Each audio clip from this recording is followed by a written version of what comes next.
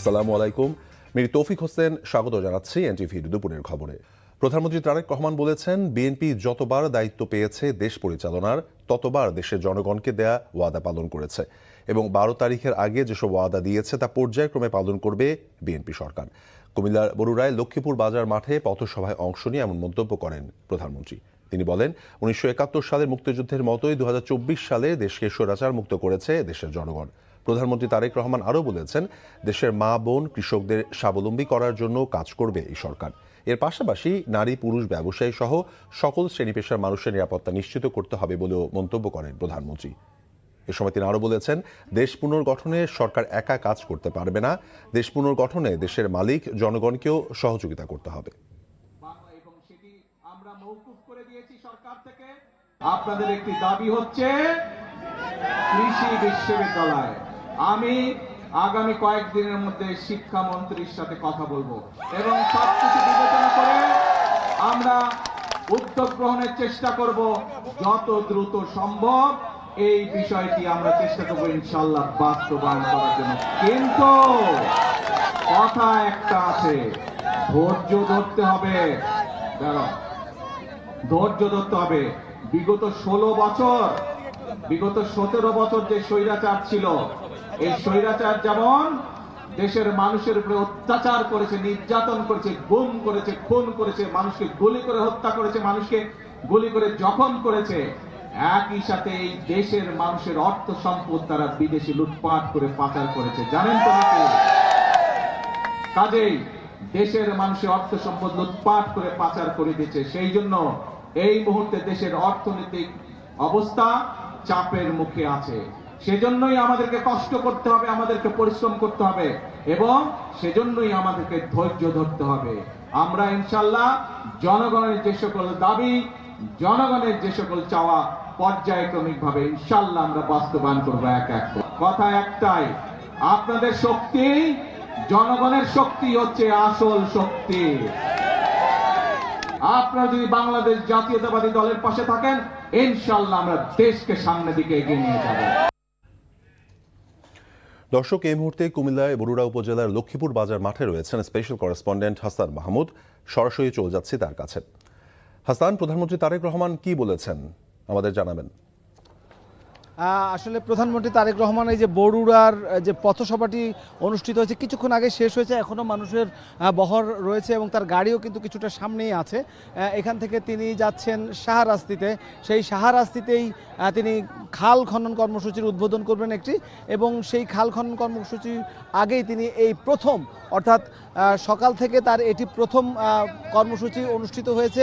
সেটি হচ্ছে যে বরুড়ায় তিনি পথসভায় বক্তৃতা করেছেন। ঢাকা থেকে তারা আসতে বেশ খানিকটা সময় লাগে, নির্ধারিত সময় ছিল 11:30 এখানে বক্তৃতা করে, সেটি শুরু করেছেন তিনি প্রায় 1:20-এ।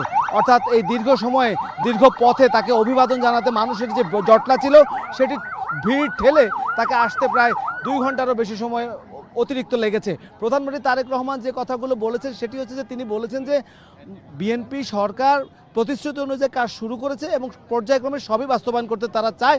তবে দেশের যে অর্থনৈতিক অবস্থা, বিগত সময়ের যে সরকার, বিশেষ করে ফ্যাসিবাদী সরকারের কথা তিনি উল্লেখ করেছেন, সে সময় দেশের যে লুটপাট হয়েছে এবং দুর্নীতি হয়েছে এবং মানুষের অর্থ লুণ্ঠন করা হয়েছে, বিদেশে পাচার করা হয়েছে, যার কারণে দেশের অর্থনীতির কথা তিনি বলেছেন। যেহেতু সামনে বাজেট, সেই বিষয়টি উনি উল্লেখ করেছেন যে দেশের অর্থনীতি খুবই বাজে অবস্থায়, নাজুক অবস্থায় রয়েছে।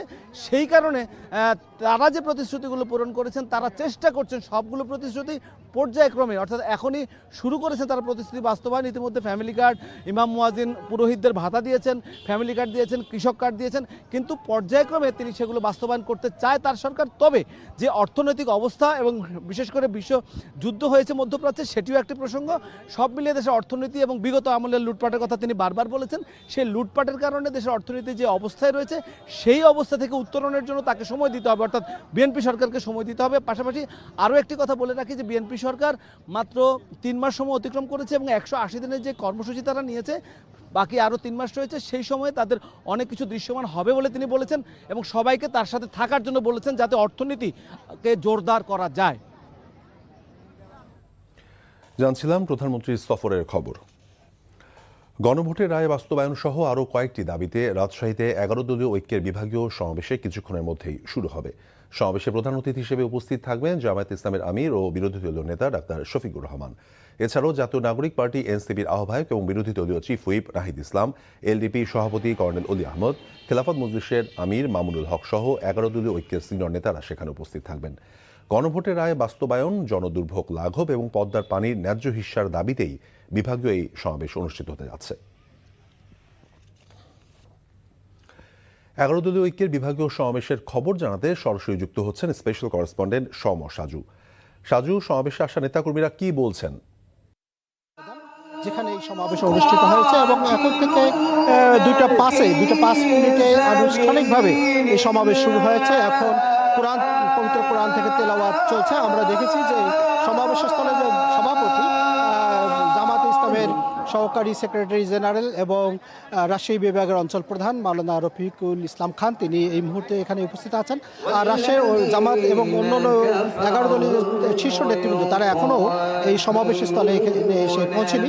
আমরা লক্ষ্য করছি যে এখান থেকে রাজশাহী বিভাগের যে 8 জেলা থেকে দলীয় নেতাকর্মীরা যারা এখানে সমাবেশে যোগ দেওয়ার কথা, তারা কেউ কেউ এরই মধ্যে সমাবেশের স্থলে উপস্থিত হয়েছে। আজকে জানেন আপনি যে এই জ্যৈষ্ঠের আজকে দ্বিতীয় দিন প্রচণ্ড খরা চলছে, তাপমাত্রা 35 ডিগ্রি সেলসিয়াস অতিক্রম করেছে। সেই প্রখর রোদ উপেক্ষা করে আমরা দেখতে পাচ্ছি যে দলে দলে জামায়াত ইসলামী এবং 11 দলীয় জোটের যে সব দলীয় নেতাকর্মী তারা রাজশাহী বিভাগের 8 জেলা থেকে এখানে আসছে। তারা এই মুহূর্তে এই মাদ্রাসা মাঠের পাশে যে গাছ রয়েছে কিংবা এই মাদ্রাসা মাঠের এক করে যে বড় বড় গাছ রয়েছে সেই গাছের ছায়াতলে তারা অবস্থান নিয়েছে। আনুষ্ঠানিকভাবে সমাবেশ কাজ শুরু হয়েছে এবং এই মুহূর্তে এখানে পবিত্র কোরআন তেলাওয়াত চলছে। তার আগে এখানে ইসলামী সঙ্গীত পরিবেশন করেছেন বিভিন্ন শিল্পী গোষ্ঠী। আর আপনি যেটি জানতে চেয়েছেন শীর্ষ নেতৃবৃন্দ আসলে তারা বক্তব্য দিলে আসলে আমরা বলতে পারবো যে কি ধরনের তারা এখানে বক্তব্য দেবে। তবে এই যে গণভোটের রায় এবং পদ্মার পানির ন্যায্য হিস্যা, এই দুটি তাদের যে আজকে যে এই সমাবেশ, সেই সমাবেশের মূল দাবি। তৌফিক, 11 দলের সমাবেশের খবর। জনগণের আশা আকাঙ্ক্ষা বাস্তবায়নে সরকারের কাজকে বাধাগ্রস্ত করতে অস্থিতিশীল করার চেষ্টা চলছে এমন অভিযোগ করে সবাইকে সতর্ক থাকার আহ্বান জানিয়েছেন স্থানীয় সরকার মন্ত্রী ও বিএনপি মহাসচিব মির্জা ফখরুল ইসলাম আলমগীর। দুপুরে রাজধানীর রমনা ইঞ্জিনিয়ার্স ইনস্টিটিউশনে ঐতিহাসিক ফারাক্কা লং মার্চ দিবস উপলক্ষে বিএনপি আয়োজিত আলোচনায় দেশের স্বার্থ বিরোধী কোনো চুক্তি বিএনপি সরকার করবে না বলে সাফ জানিয়ে দিয়েছেন বিএনপি মহাসচিব। ফারাক্কা ব্যারেজের বাংলাদেশের ক্ষতির জন্য আওয়ামী লীগ দায়ী। এ সময় আলোচনায় অংশ নেওয়া বক্তারা বন্ধুত্ব রক্ষার পাশাপাশি জলবায়ু রক্ষায় ভারতের কাছ থেকে অভিন্ন প্রতিটি নদীর ন্যায্য হিস্যা পেতে চাপ সৃষ্টির আহ্বান জানান। চলতি বছর ডিসেম্বরে ফারাক্কা চুক্তি নবায়নের সময় বাংলাদেশ তাদের ন্যায্য হিস্যা বুঝে নেবে বলে আশা আলোচকদের।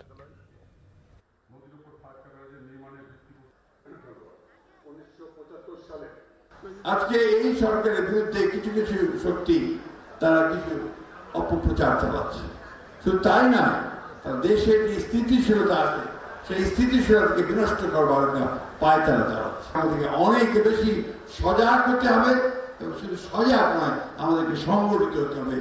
আলাপ আলোচনার মাধ্যমে অবিলম্বে এই ফারাক্কার যে চুক্তি, সেই চুক্তি বাংলাদেশের জনগণের চাওয়া অনুযায়ী এটাকে সম্পাদন করতে হবে। এটা থেকে পরিষ্কার কথা আমাদের যে বাংলাদেশের স্বার্থ বিনষ্ট করে আমরা কখনোই কোনো চুক্তি কাউকে করতে দেব না, এ ব্যাপারে আপনারা নিশ্চিত থাকতে হবে। হাসপাতালে শিশু ওয়ার্ডে বাড়ছে হামে আক্রান্ত রোগীর চাপ।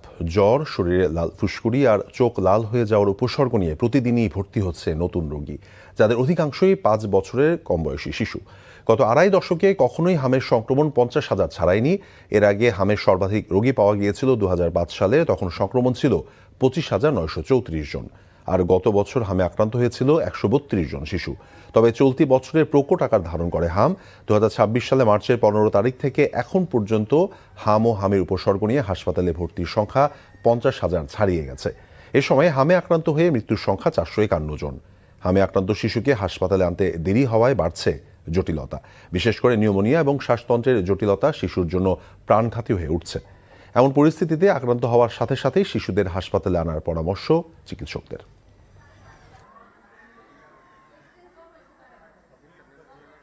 ঢাকায় নিয়ে এসে এই হামের পরে জ্বর, জ্বরের পরে ওই নিউমোনিয়া ডবল আর শ্বাসকষ্ট, তাই এখন একটু কম। আগেও তো হাম হয়েছে কিন্তু এরকম কোনো সময় হয় নাই, কিন্তু এবার অনেক খারাপ অবস্থা চাইতেছে। আমার সামনে আইসিইউতে যত বাচ্চা মারা গেছে একদিনে 6টাও গেছে। আমি যেদিন আসছি ওই রাতে একজন মারা গেছে। আমি ভাবছি আমার বাচ্চা নিয়ে এখান থেকে আমি পলাই যাই, মানে ডাক্তাররা যে আদৌ সুস্থ করতে পারবে কিনা এটা নিয়েও আমি টেনশনে ছিলাম। দেশের অর্থনীতি খারাপ সময় অতিক্রম করছে জানিয়ে অর্থ পরিকল্পনা মন্ত্রী আমির খসরু মাহমুদ চৌধুরী বলেছেন, এই অবস্থা থেকে ঘুরে দাঁড়াতে কমপক্ষে 2 বছর সময় লাগবে। সকালে চট্টগ্রামের আগ্রাবাদে মা ও শিশু হাসপাতাল চত্বরে মেডিকেল কলেজের নতুন একাডেমিক ভবনের ভিত্তিপ্রস্তর স্থাপনে তিনি কথা বলেন। পূর্ববর্তী সরকারের অর্থনৈতিক অনিয়মের চিত্র তুলে ধরে মন্ত্রী বলেছেন, যার দায় বর্তমান সরকারকে বহন করতে হচ্ছে। বলেন, আগের সরকার জ্বালানি খাতে বিপুল অঙ্কের দেনা রেখে যাওয়ার পরও বর্তমান সরকারকে এই খাতে ইতিমধ্যেই 40,000 কোটি টাকা ভর্তুকি দিতে হয়েছে।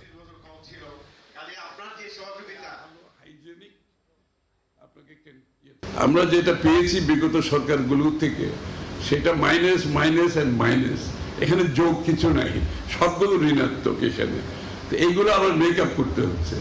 এমনকি অনেকগুলো বিল পর্যন্ত পেমেন্ট করে নেই তারা। পাওয়ার সেক্টর, এনার্জি সেক্টর 50,000 কোটি টাকার মতো বাকি রেখে চলে গেছে। প্রথমে আমরা এখান থেকে বের হতে হবে, তারপরে অর্থনীতি সামনের দিকে যাবে। আপনারা নিশ্চয়ই লক্ষ্য করেছেন, আমি বলছি 2 বছর সময় লাগবে অর্থনীতি ঘুরে দাঁড়ানোর জন্য। এখন টিভির 4 জন সাংবাদিককে চাকরিতে পুনর্বহালের আশ্বাসে চলমান কর্মসূচি স্থগিত করেছেন সাংবাদিক নেতারা। দুপুরে প্রতিষ্ঠানটির কার্যালয়ের সামনে অনুষ্ঠিত অবরোধ কর্মসূচি থেকে এই ঘোষণা দেন তারা। এ সময় ঢাকা সাংবাদিক ইউনিয়নের সাধারণ সম্পাদক খুরশিদ আলম হুঁশিয়ার উচ্চারণ করে বলেছেন, রাতে মালিকপক্ষের সঙ্গে আলোচনা অনুষ্ঠিত হবে, তা সফল না হলে আগামী দিনে আন্দোলন আরও কঠোর কর্মসূচি দেওয়া হবে। আর ঢাকা রিপোর্টার্স ইউনিটির সভাপতি আবু সালে আকুন অভিযোগ করে বলেছেন, সাংবাদিকদের অনেকেই কষ্টে জীবনযাপন করলেও এখন টিভির হেড অব নিউজ তুষার আবদুল্লাহ বিলাসবহুল জীবনযাপন করছেন। বলেন, সাংবাদিকদের মধ্যেও দুর্নীতির উদাহরণ রয়েছে, তার একটি জ্বলন্ত উদাহরণ হল তুষার আবদুল্লাহ। ভবিষ্যতে সাংবাদিকদের যেন অধিকার আদায়ে রাজপথে নামতে না হয় সে প্রত্যাশাও ব্যক্ত করেন জিআরইউ সভাপতি। আপনার জীবনে তেল মারা ছাড়া, মালিক পক্ষের তোষামত করা ছাড়া, আর ফ্যাসিস্ট হাসিনা সরকারের পদলেহন ছাড়া আর কোন অর্জন আপনার জীবনে নেই। সাংবাদিকরাও যে দুর্নীতিবাজ হতে পারে এটির উদাহরণ হলো তুষার আবদুল্লাহ। আমাদেরকে মালিক কর্তৃপক্ষ থেকে একটি প্রস্তাব দেওয়া হয়েছিল, আজকে রাত্রে তারা আমাদের সাথে আলোচনা বসতে চান এই সাংবাদিক বিষয়ে। আমরা এই আজকে রাতে তাদের সাথে আলোচনা করব। আলোচনা যদি ফলপ্রসূ হয় তাহলে অবশ্যই আপনারা যারা কষ্ট করে এসেছেন আপনাদের কাছে কৃতজ্ঞতা এবং ধন্যবাদ জানাই। আজকের আলোচনা ফলপ্রসূ না হয় তাহলে আমরা পরবর্তী পর্যায়ে ঢাকা সাংবাদিক ইউনিয়নের পক্ষ থেকে এই কর্মসূচি পুনরায় ঘোষণা করা হবে। এই ছিল দুপুরের খবরে।